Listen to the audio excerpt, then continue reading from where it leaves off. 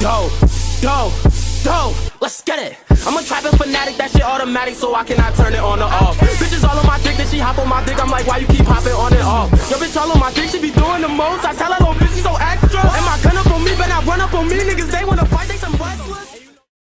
Naruto then felt the immense heat coming from the old man.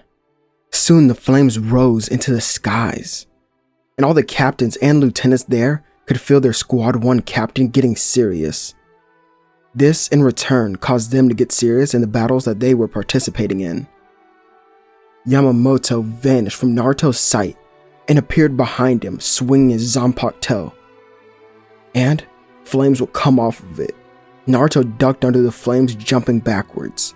He created 2 other clones and smiled. The 3 forms of Naruto, well, they would form a Rasen Shuriken and throw it towards the old man. As the fatal attack gets closer, Yamamoto could only grin. I enjoy your charisma and your confidence, young man, but that won't nearly be enough. He swings his blade and cuts the attack clean, cutting it in half, as the 2 halves then fly behind him, causing destruction. Naruto appears in front of the old man, trying to swing his blade down, but it was blocked. The boy then continues to swing his blade, but Yamamoto is no pushover. As he's able to block each of these attacks, Naruto couldn't figure out what to do, as he would jump away once again, dodging the flames, and then he stands straight up. I guess you really are the strongest, but let's see how you do against me when I'm fighting you on an even playing field. Devour them all, Kuroi Kitsune. The blade is then stabbed into the ground, and a dark Ryatsu covers the entire area, including Naruto and the blade, until this dark aura is absorbed. The scythe is then revealed as Naruto would begin smiling and laughing. Hey old man, let's make a deal. If I beat you here, then I get to join the 1st Division. The rest of the captains are too weak for me to want to follow them. But you're different. The old man starts to laugh while thinking to himself. But then, he decides to employ the boy. I enjoy this enthusiasm that you have. This youth is different than what we have around here. So, if you are somehow able to defeat me, I'll let you become part of the 1st Division. It is my promise as the captain. As he said this, Naruto appeared, cutting him across his chest, drawing blood. He looked up at Yamamoto, who stared down at him, and he saw his red eyes. From here on out, I'm fighting with everything I've got and everything I've learned. Naruto jumps back using hand signs, creating pillars of earth, and also creates clones. These clones were amped with the power of his tailed beast, causing them to get stronger. The captain then has to twist and turn his body, cutting through each one of them. Naruto appears to his opponent, landing a Rasengan to his chest, sending him flying into one of the earth pillars. When the dust settled, Yamamoto was perfectly fine, causing Naruto to sigh. Naruto thought for a moment before continuing the battle, but as he was about to strike Yamamoto again, a message was relayed by one of the other captains that told everyone about Captain Aizen and what he had done. Naruto then vanished from the battlefield, realizing what this meant, and as Renji was about to be struck down by Aizen, Naruto and Ichigo appeared to block the blade. Aizen jumps back and smiles. Oh well, if it isn't Naruto Uzumaki, son of Minato Namikaze, the 4th Hokage of the Hidden Leaf Village. Naruto gets angry upon hearing this. How the hell do you know that? It's simple. I'm the one who messed up your father's transport to the human world. Naruto gets angered upon hearing this, and he would ask Ichigo to stay back for just a moment. Ichigo nodded as he was injured, and this gave him time to rest. Renji called Naruto crazy for going at this battle alone, but Naruto didn't respond to him. He instead yelled towards his new opponent. Bankai! A darkness surrounds Naruto, and no one is even able to see him as he's covered by it. Naruto then steps from the shadows as his hair is now jet black, along with his scythe. Your name was Aizen, right? The one and only. I don't have much time in this form, so I'll make this quick. Is that so? I don't believe... Aizen is then cut across his chest in multiple places as he saw Naruto, who now stood behind him. Oh, I see. A very powerful ability indeed. The stronger your opponent, the stronger the ability will work. Naruto appears in front of Aizen again, but this time the attack is blocked. Naruto then kicks him back, and then he launches himself towards Aizen once again. Rukia, Renji, and Ichigo couldn't even keep up with the speed at which they were fighting at. Ichigo would stand up. Let's go. Naruto will win this battle. Renji then shouts at him. How can you be so sure? Because he hasn't even shown his Bankai's trump card yet, and Aizen is already being pushed back. They look back to see Naruto landing direct hits with almost every slash. Gin tries to catch Naruto off guard, but as soon as Naruto sees that he's close enough, he cuts Gin's shoulder wide open. Rukia and Renji's jaws drop because the blade didn't even make contact. Ichigo then explains, Naruto showed me this power not too long ago. If I'm being honest, it's pretty scary. He explained it to me, that if he were to ever turn evil, there was a way I could defeat him. The ability that he's using now is Shadow Fang. That scythe is able to cut any shadow that it comes into contact with, and that damage is linked to the person who owns the shadow. Aizen then jumps back at Naruto thinking he was caught off guard, but he is cut as well. What an interesting Bankai ability. I wonder how long something this powerful will last you though. Aizen and Naruto go back and forth until Naruto begins to slow down. This is when Aizen rushes in and tries to finish him off. Without even thinking, Naruto releases the Ryatsu he had stolen from fighting the First Division captain. Its appearance then became a wall of flames that protected him in the last moment. After this, Byakuya and Kamamura arrived to the battlefield to assist Naruto. They both looked back at the boy as he was barely standing while maintaining his Bankai at this point. And by this time, a hole ripped into the sky as Minos Grande and other hollows began to appear. A beaming light shines down upon Aizen, Tozen, and Gin. Naruto sends out his clones to try and attack them and also help the injured, but he wasn't able to do anything as he would just fall to the ground and his clones would just poof, going away. Naruto then slams his hands on the ground, causing them to bleed, as everyone would sit in silence for a moment. Eventually, many medical Shinigami would try and help the people who were injured, and Naruto would still be in the same spot, angered by not being able to defeat the one who basically killed his father. As Naruto sat in anger, tears began to roll down his face as he failed. He truly failed, and he didn't know when he'd get another chance to avenge his father. All the captains and lieutenants would notice this, but they would have nothing to say to him. This is when they all watch as Captain Yamamoto walks up to the boy and puts his hand out.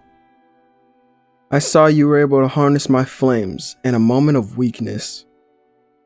And you have quite the enthusiasm for someone so strong and someone so young. I believe you are too valuable to let return to the mortal world just so soon. From this day forth, you, Naruto Uzumaki, will be a part of my division. Do any of the captains or lieutenants here have any objections to my selfish decisions?" All would stay silent, and a couple days later the group returns to the human world, and Naruto goes with them surprisingly. Ichigo questioned how he was able to do so, and Naruto explains that the old man is letting him watch over this district since Rukia remains in the Soul Society. The following days, Naruto, he trains by himself and doesn't show up to school. After a week of not showing up, Ichigo went to Urahara's shop. He's taken down to the basement to see Naruto. Ichigo then sees him, but he also notices that Naruto is completely covered in blood and barely able to stand. But he saw it. The blade that Naruto was holding was different. It was a white blade with an orange and yellow handle. Urahara, who the hell is he fighting that could be this strong? Before an answer could be spoken, Ichigo felt the spiritual pressure of someone much stronger than Naruto when he transformed into his Bankai state. The man with white and red hair began laughing while slowly walking towards Naruto. "Time and time again, Naruto. You never learn, do you? You swear that you would learn how to use me, but yet you've made no progress." The man then vanishes from their sight and grabs Naruto by the head, punching him in the stomach over and over until Naruto drops the blade. The white katana is then stabbed through his chest. Ichigo runs over to see that Naruto was unconscious while the blade was still inside of him. Urahara pulls out the blade and sees that the wound heals itself. After a couple of seconds, Naruto wakes up, taking the blade from Urahara. "You've been at this for the last 3 days. Take a break, Naruto." "No, I have to beat him." "Why are you so fixated on this?" "I have to get the power to defeat Aizen. Don't you understand me, uncle? Aizen is the reason why my father is dead." Ichigo then grabs his wrist, telling him to calm down. Naruto looks into the eyes of Ichigo and puts him under a genjutsu. Ichigo walks around in a mysterious room. "Where the hell am I? He then steps through a door, and as he steps through, he goes through Naruto's memories up until this point. He sees the terrible childhood that Naruto had to live, which was very opposite of what he had, as he always had a loving family. When Ichigo returned from the genjutsu, he was crying without even realizing it. He then looks up to see Naruto fighting the white-haired man again and losing. "It's all the same to you, isn't it, Naruto?" The white-haired man appears behind him, but this time, his hand is caught. "Oh? What's this?" Naruto turns with a blank expression, headbutting the white-haired man. "You mongrel." Naruto then kicks him in his side, and with this opening, he says, "I'm tired of being your damn punching bag." He then slices the man's chest open, as he was still caught off guard, and the blinding light covers the area. Ichigo and Urahara wonder what's happening. As the light begins to fade away, both of them feel a tremendous power beyond what they thought was possible. Naruto was now standing there, with white and red hair, flames swirling around his body. Not only just his body though. Above his head was a crown of flames. He opened his eyes, revealing that they were now yellow. Naruto grabs his blade from its hilt and holds it tight. He raises it into the sky and swings it down as flames come off of it, and he slams the blade into the ground, and the ground in front of him would split for a long distance. Urahara would sigh. "It all makes sense now. What are you talking about?" "Think about it, Ichigo. The old man from the first division. Naruto was able to replicate his flames by absorbing them first. He allowed Naruto to join his squadron because of that very reason." Ichigo then looks at Naruto, who was standing still. "Wait, does that mean?" "Yeah. It means that old man sees Naruto as a potential successor." Naruto's hair begins to fade back to yellow, as his outfit would go back to black. Ichigo runs over to congratulate him, then he realizes it. Wait, this idiot's asleep. Naruto wakes up and sees Urahara and Yoruichi. What time is it? It's morning now, Naruto. Damn it, I'm already late for school. Are you seriously gonna keep going to the human school? Yeah, I mean, I have nothing better to do. And it's easier to stay in contact with Ichigo that way. Naruto gets up and goes to school. When he walks into the classroom, he senses something was off. The day goes on as usual, and at night, Ichigo and Naruto go out to fight the Hollows. This is when they are confronted by Shinji, Ichigo Kurosaki, and Naruto Uzumaki, two Soul Reapers who are blinded by their true potential. Ichigo, look. Naruto then points as both of them turn to see the Hollows ripping into the town. Ichigo, you handle him. I'll go stop the Hollows. Naruto tries to run by, but Shinji then reveals his hollow mask, shocking the two of them. During this time, Ichigo's friends and Kon inside of Ichigo's body. Naruto would get angry. I don't have time to just sit here. He rushes Shinji, swinging his blade. As Shinji goes to block, a clone of Naruto hits him with the Rasengan. Naruto then creates more clones that scatter throughout the city, taking care of each hollow. Ichigo's dad is still the one to kill Grand Fisher, and Uryu is still saved by his own father. As Naruto confirms that the hollows are finished off, he turns back to Shinji to ask more questions about that mask. You know, Naruto, your own father had the same mask. I wonder if it was passed down to you. Naruto, hearing this, created more clones to distract Shinji as he ran away with Ichigo. Hey Naruto, why did we run? Because we need our own answers to that power first. Naruto jumps off a rooftop to the streets below, to Urahara and Ichigo's father. At the same time, the captains within the Sarate have a meeting to discuss how they will move forward from this point on and deal with Aizen. The next day, Naruto and Ichigo sit in class wondering about what Shinji had told them about being a visored. However, Naruto was concerned as he already knew what this power was. He thinks back to what his father told him about his past and how it could affect his future. This may be one of the things that he was talking about, but who knows? Naruto then went into deep thought into his moments of despair within his life, where he potentially could have hollowified. However, in all of these moments, all he could think of that interacted with him was Kurama, not an inner hollow. As Naruto thought more about it, he then realized some of the powers within his body. First, he had his Shinigami powers passed on by his father, as well as the tail beast that was sealed inside of him. Next, he had the chakra of the Uzumaki clan from his mother. But it seemed he had one more power to discover, the power of his own hollow. Naruto's thoughts would be broken by the shout of Shinji. Ichigo and Naruto stand up, dragging him to the roof. Answer me right now. What do you want with me and Ichigo? And why do you want us to join that damn group? You really are fools. Once the power of a hollow appears within you, you can no longer go back to being a regular Soul Reaper. Without even knowing it, you both have used that power unconsciously in your time of need. You two are already on my side. You just don't believe it.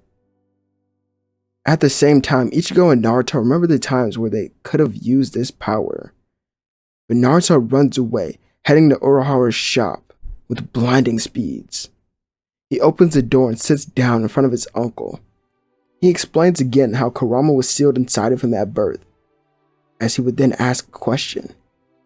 Can hollows merge with entities that are purely energy? Urahara grabs his hat and sighs.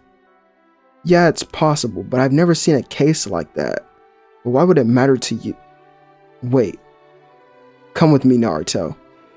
Urahara stands up, taking Naruto down into the basement. Show me the power of the Nine Tails once again. Naruto calms his mind, using a one-tailed state. The energy that flowed from his body was natural, and didn't give off any signs of hollowification. He told Naruto to stop and said that it must be a false alarm. Naruto nodded but decided to stay in the basement. He decided to talk to Kurama himself. He enters his domain of the tailed beast and sits down. Do you remember when you were sealed inside of me? Of course I do, you brat. One of the worst nights of my long life. Hey. Anyway, do you remember anything combining with your chakra as you were sealed into me? Kurama thinks about it for a moment, and now that Naruto brought it up, he could slightly remember something more evil being present and storing itself within his soul.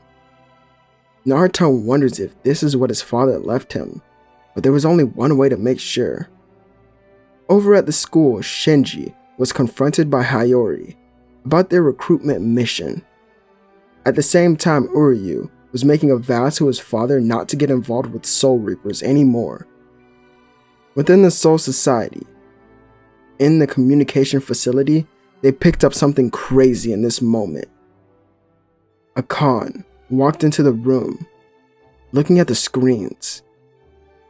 Get me through to Naruto Uzumaki from the 1st Division. He should be stationed there. Naruto's phone began to ring as he answered it. Naruto Uzumaki. There are 2 very strong Arrancar near the town. Do your best to defeat them. Learn as much as you can about the enemy. Hurry before they make it into the town. Oh, that's who these guys are? Affiliation with Aizen. I should have guessed it. Akon was confused by what Naruto meant. When we look at Naruto, he's standing right in front of the enemies with Ichigo. He hangs up the phone saying he'll handle it with the substitute Soul Reaper, Ichigo Kurosaki. Alright Ichigo, which one of these punks do you want? I'll take the smaller one. You can have the one with the dumb face. The bigger man in white punches down at Naruto, who grabs his hand. I know an old woman who punches harder than you. Naruto then kicks him back and uses his clones to escort the civilians away from the area. Naruto, well, continues to fight the bigger one, not following the plan at all. During this time, Chad and Orihime arrived to help as well. Ichigo had already released his Bankai, but his opponent saw this as no threat, dodging each attack. Ichigo was then cut across his chest because of the voices in his mind distracting him. He didn't want to release too much power in fear of hollowification. Naruto then looked over to see Ichigo coughing up blood while his opponent stood over him, stomping on his chest. Seeing this torture angered Naruto to use the power of the Nine Tails. However, this time was different. Naruto kicked the figure in white off of Ichigo as he now stood over his friend. When the enemy tried to hit Naruto, his arm would be cut off. This is when Naruto turned his face as Ichigo now saw the white and orange fox mask. As he looked at it, he thought back to the times that a mask like this appeared on his very own face. Before Naruto could run in to attack the enemy, the mask was broken by Urahara and Yoruichi, who arrived just in time. Naruto would fall to the ground unconscious after having his mask broken. When he woke up, he stood in front of a black and white fox now. So, you're finally showing me your true form. You're the hollow that's inside of me, aren't you? The fox nodded. Where's Kurama then? It's funny you ask, because I am Kurama. Naruto steps back, not believing the fox, but he goes on as he keeps speaking. Don't be afraid now. After all, we've been friends and partners for a long time, Naruto. I've been with you since before you were born. Think of all the times that we've worked together to defeat those in our way. This time is no different. After all, you should know that you are different from those around you. So, devour all of those in your path, Naruto. On the outside, the attackers will retreat, but Naruto's mask reappears on his face. The yellow-haired teen stands up, creating a clone that would smash the mask into pieces by punching his face. Naruto then grabs his throat, breathing once again on his own. What the hell was that? The next day, Naruto and Ichigo were sort of depressed at school.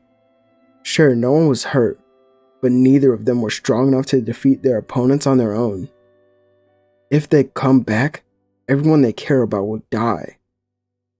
As they sat and thought this in the classroom, wondering what they were going to do, 4 people entered the room. Naruto Uzumaki and Ichigo Kurosaki.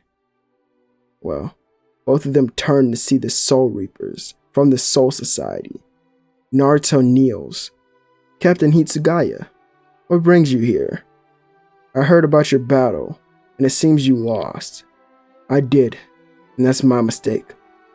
I believed the enemies would be beatable at my current level, but they weren't.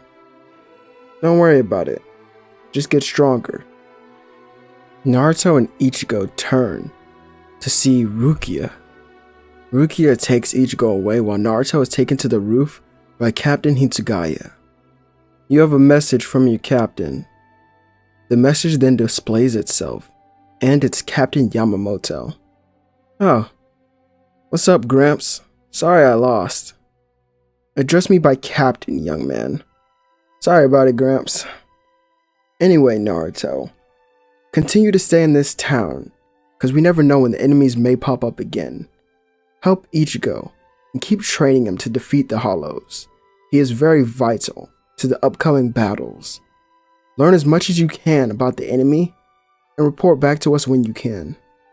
Naruto nods, and Toshiro gets rid of the call.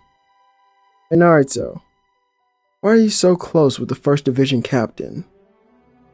I guess it's because my father, well, the old man kinda raised him and my uncle since they were orphans. The captain nods and goes back down into the classroom. Naruto looks off, and he would leave the school as well. On the other side of town, he goes into an old building and shuts the door behind him, looking at all the people who stared down at him. Hey Shinji, is that offer still on the table? Before Shinji could speak, Hayori jumped down looking at Naruto. There's no point in teaching a spoiled Soul Reaper brat like you anything. Naruto looks at her and smiles.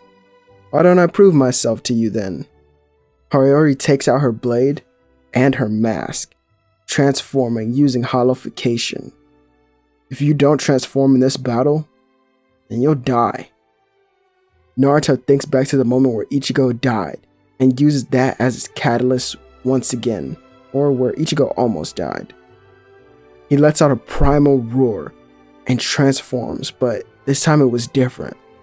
Naruto's hollow mask was connected to a bone-like spine that ran down his back, and it formed 9 bone tails. Naruto stood on all fours, rushing at Hayori. He vanished from sight, appearing behind her and slashing her back with his claws. Before he could do any more, the rest of the group then pinned him down and broke his mask, releasing the transformation.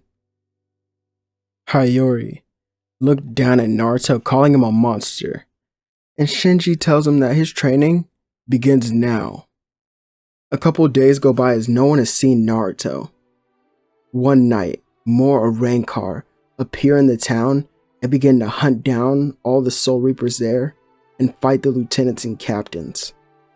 Chad was running through the street when he sensed one of them. They're just too slow. The Arrancar goes to strike Chad down, but but Naruto appears, grabbing his hand. "Hey Chad, go help the others." Alright. As Chad runs in the other direction, the Arrancar begins to laugh. "I think you had a better chance to win if you teamed up with him." Naruto looks down and says, "I don't have time for weaklings like you," as he then cuts him in half vertically, killing him before sheathing his blade. The blonde then turns to see Rukia standing there. "Where have you been, Naruto?" "I've been training so we can beat the enemy." "This guy was just an underling. Leave the main boss of this attack to me, as I know Aizen isn't here." "Oh, then you must be looking for me." Naruto and Rukia turn their heads to the sky to see a blue-haired Arrancar. Arrancar number 6, Grimmjow. 1st Division member Naruto Uzumaki. Naruto walks closer to Grimmjow, and the two stare at each other face to face. "You're just some punk kid. Aizen isn't even worried about you. Are you sure you can be a worthy opponent? From where I stand, you're the one who isn't worth my time. I'm going to defeat Aizen for what he did to my father. But it looks like you're standing in my way, so I'll get rid of you first." Grimmjow punches Naruto in the face, but he doesn't move at all.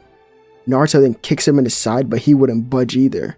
The two then go back and forth, trading physical attacks that send shockwaves throughout the town. Eventually, Ichigo arrives to see what was going on, and he sees Naruto fighting without even using his Zanpakuto. The two step back from one another, as they both have sinister smiles on their face. "You're not half bad, Naruto, but this isn't even close to my full power." Naruto smirks, pulling out his Zanpakuto and releasing a Shikai. "Is that all? If you think you'll be able to beat one of the Espada like that, then you're wrong." Naruto continues to smile, holding his blade tight before being covered in darkness. The spiritual pressure coming from his body was no longer that of a Soul Reaper. No. To Grimmjow felt just like another Espada. When the transformation was complete, we see Naruto in his hollowified form. The fox mask was now on his face, as well as the 9 bone tails coming from his spine. Grimmjow goes to move, but then he has a hand through his chest. As he looks at Naruto's mask and feels true fear. Is he stronger than me? One of the Espada? Naruto rips out his arm, punching Grimmjow in the face, as he then dodges another punch from him. As he ducks under this punch, the 9 bone tail stab into Grimmjow's arms and legs. At the same time, the captains and lieutenants were just barely able to finish off their own fights. And they sensed this monstrous spiritual pressure. As Grimmjow now laid on the ground, bleeding out, Naruto stood over him. The bone tails raised into the air, pointing down at him, preparing a Sero blast. Suddenly, Naruto flipped away onto a rooftop, sitting on all fours, as he looked down at Tozen. Tozen turned to Naruto, sensing his new power. "Naruto Uzumaki, your power, it's grown. You'd be quite useful in the Espada. Your power is it's actually equal to the 4th Espada. That is, if you're still hiding your true power, because it seems you're holding back on someone who is weaker than you." This caused Grimmjow to get angry, cursing Naruto. And as he was continued to be dragged by Tozen, he yelled out, "The next time we meet, Naruto Uzumaki, I'll make sure to kill you." Naruto watches as they leave and stands there in his transformation. Ichigo looked at him, remembering what was told to him by Shinji. Could he really obtain this power himself by going to him? Naruto takes off the mask, and then the bone tails vanish as well. "Espada, huh? I'll make sure to take you guys down before I take down Aizen."